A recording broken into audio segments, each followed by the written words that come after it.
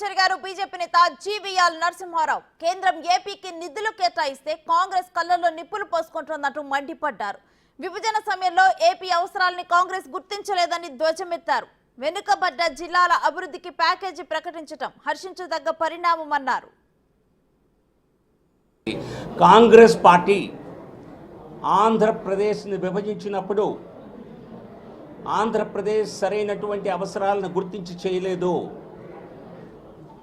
10 సంవత్సరాలు డాక్టర్ మన్మోహన్ సింగ్ ప్రధానమంత్రి అయ్యారంటే అది కేవలం ఆంధ్రప్రదేశ్ ప్రజల చలవే. ఆంధ్రప్రదేశ్ నుంచి సీట్లు రాకపోతే సోనియా గాంధీ పెత్తనం చెలాయించేవారు కాదు, మన్మోహన్ సింగ్ 10 సంవత్సరాలు ప్రధాని అయ్యేవారు కాదు.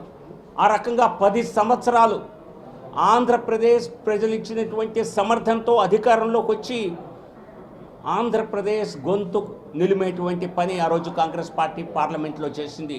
సహేతుకంగా, శాస్త్రబద్ధంగా, సరైన సమయంలో సరైన చర్చలతో అందరినీ ఒప్పించి చేయవలసిన నిర్ణయాన్ని చాలా మొండి వ్యవహారంతో వైఖరితో చేశారు. ఆంధ్రప్రదేశ్ ప్రయోజనాల్ని పూర్తిగా నిర్లక్ష్యం చేశారు.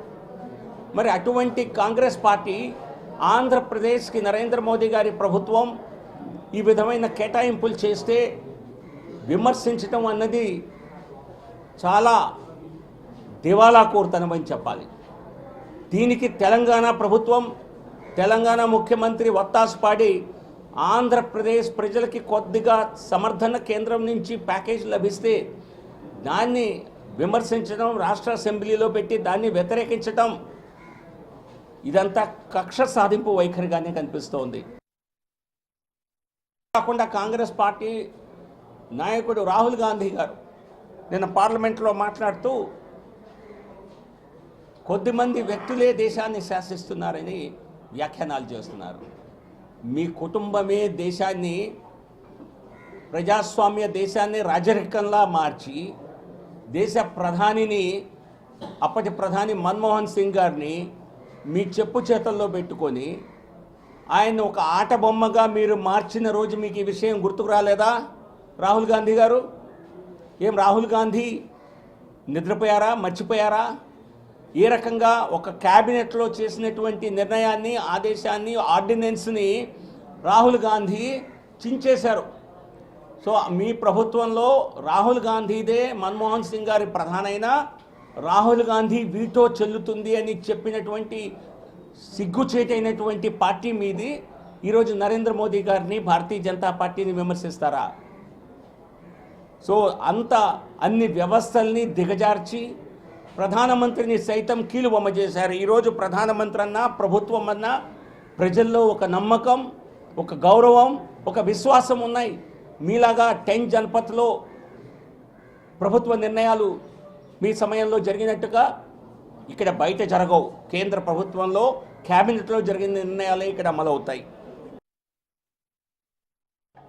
ప్రతిపక్ష హోదా అన్నది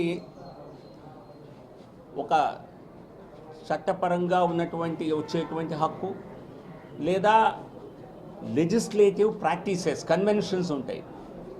కేంద్రంలో కూడా 2014 నుంచి 2024 వరకు కాంగ్రెస్ పార్టీకి 10% సీట్లు రాలేదు.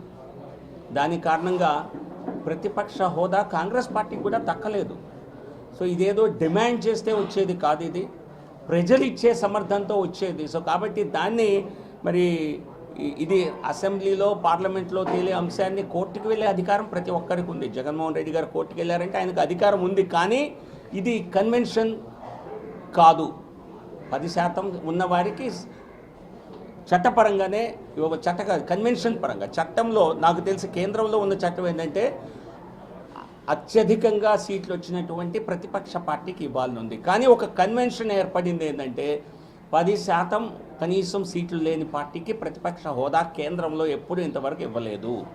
సో కాబట్టి దాన్ని డిమాండ్ చేయటం సహేతుకం, ప్రజల పక్షాన నిలబడటానికి మరి హోదా అన్నది అవసరం లేదు. మనకి ప్రజల వాయిస్, మన ప్రజల తరఫున మాట్లాడటానికి మరి ఒక పరపతి ఉంటేనే మనం చేయగలమని అనుకుంటే అది పొరపాటు. కానీ చట్టపరంగా తను తేల్చుకోవాలని వెళ్ళారు, అది ఆయనకు ఉన్నటువంటి హక్కు. కానీ దీనిలో పెద్దగా కోర్టులు మరి కలగ చేసుకోవు అన్నది నాకున్నటువంటి అవగాహన.